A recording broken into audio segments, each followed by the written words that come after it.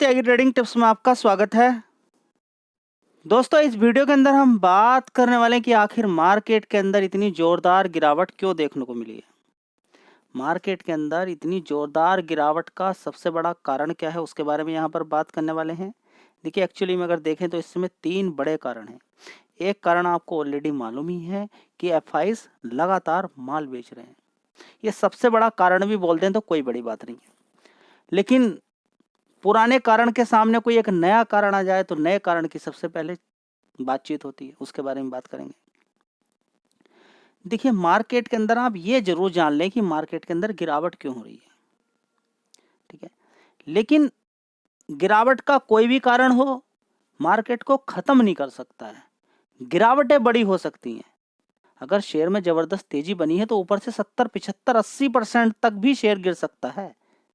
देखिए, 20 रुपए का शेयर था, 200 पहुंच गया मजे मजे में। वो 60 रुपए भी तो ठीक था जी। 20 रुपए का शेयर 60 रुपए पे होता, एग्जाम्पल के तौर पर IRF से कहीं दूर जाने की जरूरत नहीं। 20 रुपए का शेयर था, 200 मारा जी। अब गिर के क्या 60 ही रुपए जाएगा, वो तो समय बताएगा। मैं सिर्फ आपसे एक चीज पूछ रहा हूँ, रिकमेंडेशन किसी भी शेयर की नहीं है, फिर सुन लीजिए। बाई और सेल की रिकमेंडेशन किसी भी शेयर की नहीं है, ठीक है। देखिए, 20 रुपए का कोई शेयर है, 60 रुपए अगर 200 रुपए पहुंच जाता है, तो अगर वो 20 रुपए से 60 रुपए रहता तब भी कोई दिक्कत वाली बात नहीं थी उसके अंदर, लेकिन पहुंच गया वहां पर। होता क्या है कि इन सारी चीजों पे ध्यान लगाना होता है जी। क्यों लगाएं हम ध्यान? क्योंकि आपको खरीदना है। आप शेयर खरीदेंगे तब जब फायदा होगा तब उसको बेचना है। बस एक थोड़ा सा यहाँ पर ट्रिक ये लगानी है कि जब खरीद रहे हैं, कहीं ऐसा तो नहीं कि जो हम माल खरीद रहे हैं कोई इसलिए बेच रहा है क्योंकि उसने बड़ा मुनाफा कमाया है। शेयर था 20 रुपए का, आप खरीद रहे हैं 150 पे। देख तो लो कि थोड़े दिन पहले वो कितने का शेयर था। थोड़ा सा दिमाग लगा के देख लो, थोड़े दिन पहले चले जाइए। क्या हार्ड काम है जी? हार्ड काम तो नहीं था। फंसे हो किसी शेयर के अंदर? हाँ जी। फंसने का मतलब ये नहीं कि नुकसान हो गया। लाइफ के अंदर आप फंस जाते हैं थोड़े समय के लिए, कोई दिक्कत दुख दर्द आपके सामने आ जाता है, कभी कभी किसी से कर्ज भी लेना पड़ जाता है, थोड़े समय के लिए फंस गए, पूरी जिंदगी के लिए तो नहीं फंसे ना। कभी कभी सिचुएशन हो भी जाती है, जब कभी कोई कोई ज़्यादा बीमार पड़ जाए तो ज़्यादा कर्ज हो जाता है, उसके बाद और दिक्कत ही बीच में आ जाती है। तो कभी कभी तो ऐसा लगता है कि कुछ इंसान ऐसे भी हैं दुनिया के अंदर, देखिए उन पर क्या बीत रही होगी कि क्या दीपावली क्या दशहरा कुछ मालूम नहीं है। वो सुबह बस एक खुशी के लिए तड़पते रहते हैं, वो एक खुशी के लिए तड़पते रहते हैं। इतना इतना कर्ज लोगों पर हो जाता है, ठीक है ना। लेकिन ज़्यादातर की बात करें तो टेम्परेरी रहता है, टेम्परेरी में टूट जाते हैं, बिखर जाते हैं। तो जो गिरावटें हैं टेम्परेरी वाली गिरावटें बोल के चलेंगे, इसमें ऐसा नहीं कि सब कुछ खत्म हो चुका है। तो दोस्तों, स्टॉक मार्केट के अंदर गिरावटें होती रहती हैं। ऐसा नहीं कि गिरावटें पहली बार देखने को मिल रही हैं। गिरावट का मतलब ये भी नहीं कि बिल्कुल नुकसान हो गया। और गिरावटें बड़े काम की होती हैं, लेकिन समस्या ये नहीं है। समस्या ये है कि बड़ा प्लेयर बेच रहा है, नीचे खरीद के सस्ते दाम पर आप खरीद रहे हैं, बस समस्या ये है। और ऐसा भी नहीं कि आप आगे शेयर खरीदेंगे तो वो गिरेंगे नहीं गिरेंगे, लेकिन गिरावट की तैयारी कितनी है? क्या एक ही बार में खरीद लेते हैं? SIP नाम जानते ही नहीं है कि SIP क्या होती है, थोड़ा थोड़ा खरीदना क्या होता है। बस सबसे बड़ा दिक्कत परेशानी यही है। तो अगर आपको इस समय लग रहा है कि मेरा शेयर लगातार गिरता ही जा रहा है, मैंने बड़ी भारी कोई गलती कर दी है, नहीं, इसमें आपका बिल्कुल भी 1% भी कह सकते हैं कि हिस्सेदारी नहीं है कि आपने कोई ऐसा गलत काम किया है। देखिए, ये स्टॉक मार्केट के अंदर यही नियम है कि अगर बड़ा प्लेयर माल बेचेगा तो शेयर गिरेंगे। उसके साथ बस रिटेल निवेशक साथ में नहीं होना चाहिए। वो रिटेल निवेशक साथ हो चुका है उसके, वो भी सेल मार रहा, अपना पोर्टफोलियो बेच दे रहा है। DIS की अगर बात करते हैं, देखिए 12,500 करोड़ की खरीदारी की है इन्होंने, बेचा कितना? 7,300 करोड़ का। नेट 5,100 करोड़ का इन्होंने माल खरीदा है। टोटल नेट की बात करें तो देखिए, ऐसा नहीं कि केवल कोई खरीदने वाला नहीं है, लेकिन इनकी साठ गांठ चलती रहती है। मार्केट को गिराएंगे, जबरदस्त गिराएंगे, लेकिन सस्ते दाम पे खरीदेंगे, फिर 2 गुना 3 गुना 4 गुना 5 गुना करेंगे। बस इस चीज को रट लीजिएगा। जल्दीबाजी बिल्कुल ना करें किसी भी चीज़ की। F22 देखिए आज 6,200 करोड़ का इन्होंने माल बेच दिया है। 14,000 करोड़ का पूरा माल बेचा है इन्होंने, 7,900 करोड़ का खरीदा है। तो अगर खरीदा निकाल देते हैं बेचने में तो नेट ये बचता है। तो इस समय दुख दर्द वाली कोई बात नहीं है, आपने कोई गुनाह नहीं किया है, कोई शेयर खरीदा है, क्योंकि बड़ा प्लेयर लगातार माल बेच रहा है जिसकी वजह से गिरावट आपको देखने को मिल रही है।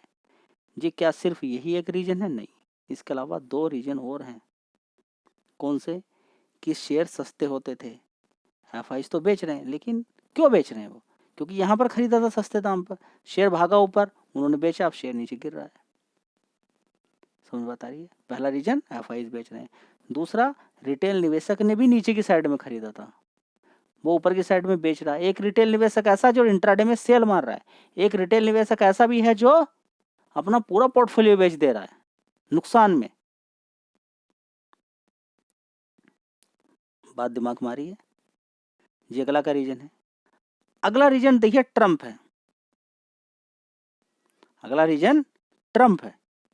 दोस्तों ट्रंप यहां पर क्या बोलता है? देखिए ट्रंप की बात यहां पर कोई गलत नहीं है, ट्रंप बिल्कुल एकदम सही बोल रहा है, गलत ही नहीं, अपने देश की कंट्री के लिए।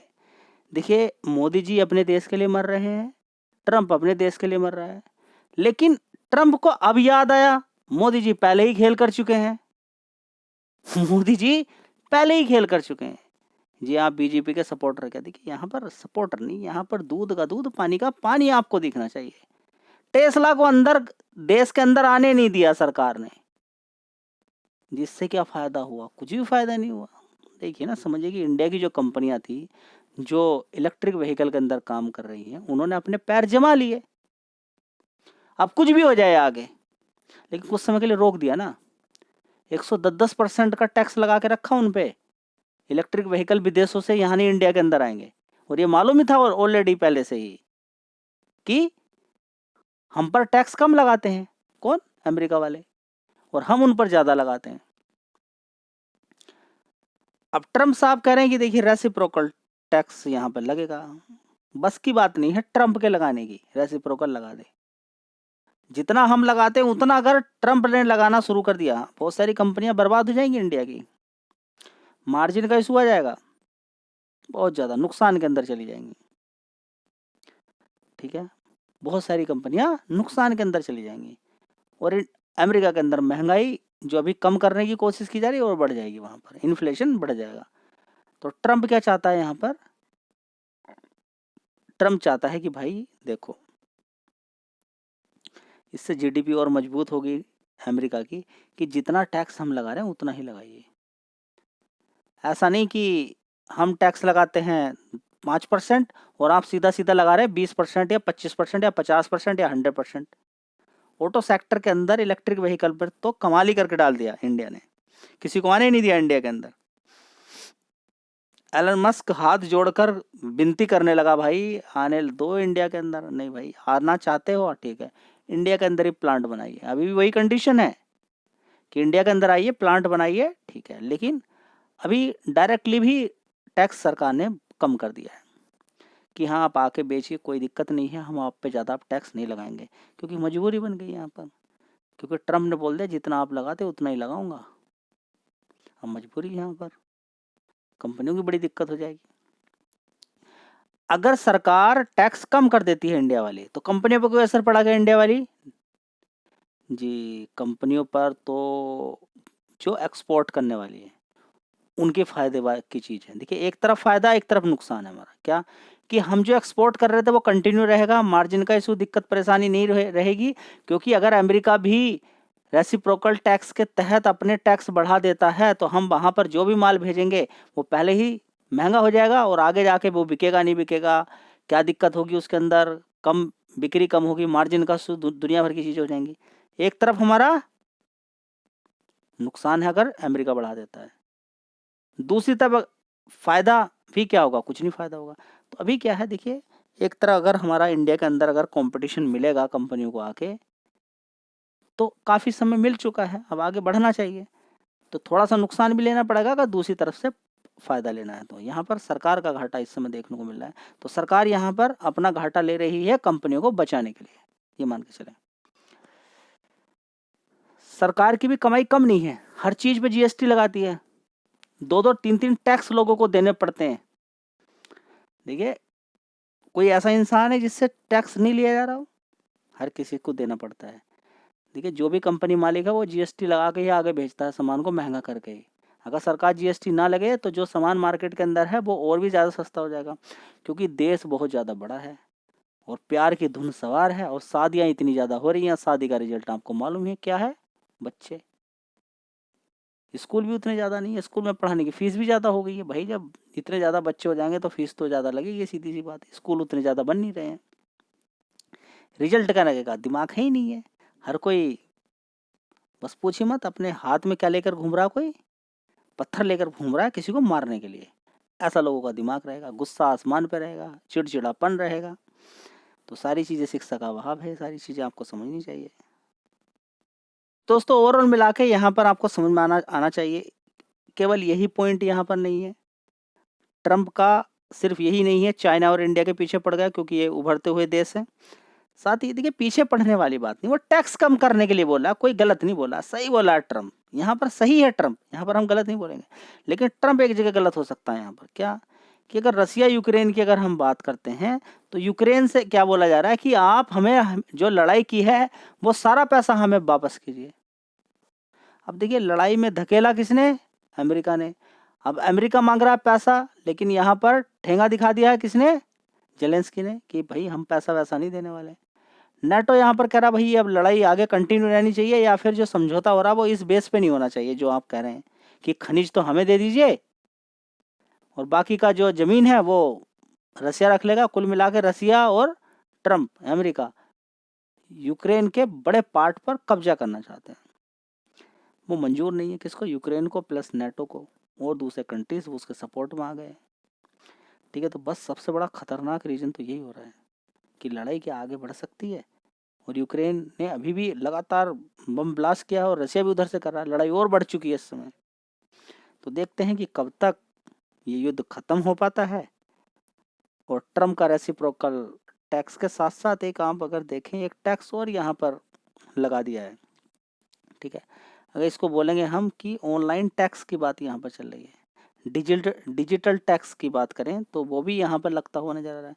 आप देखेंगे कि थोड़ा सा प्रेशर देखने को मिल रहा है किन कंपनियों में, मैं आपको दिखाता हूँ। तो देखिए, एसएल टेक्नोलॉजी के अंदर 3-3.5% की गिरावट होगी जैसे ही डिजिटल टैक्स की बात आ जाती है। अमेरिका से हमारे लेन देन खराब होने की बात आ जाती है।